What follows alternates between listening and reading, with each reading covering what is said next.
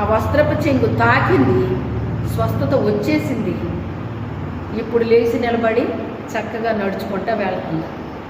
అప్పుడు ప్రభు చూసి ఆయన ఏమంటున్నారు, నాలో నుంచి ప్రభావం బయలు వెళ్ళింది, నన్ను తాకింది ఎవరు? ఆమె తాకిందని ప్రభువుకు తెలియదా? తెలుసు. కానీ సాక్ష్యం ఇవ్వాలండి. మన జీవితంలో దేవుడు ఏదైనా చేసినప్పుడు ఏం చేయాలి? మనం దేవునికి మహిమకరంగా సాక్ష్యం చెప్పాలి.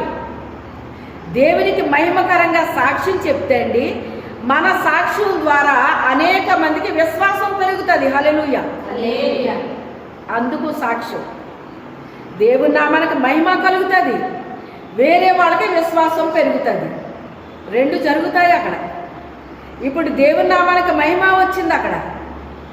అక్కడ నడుస్తున్న శతాధిపతి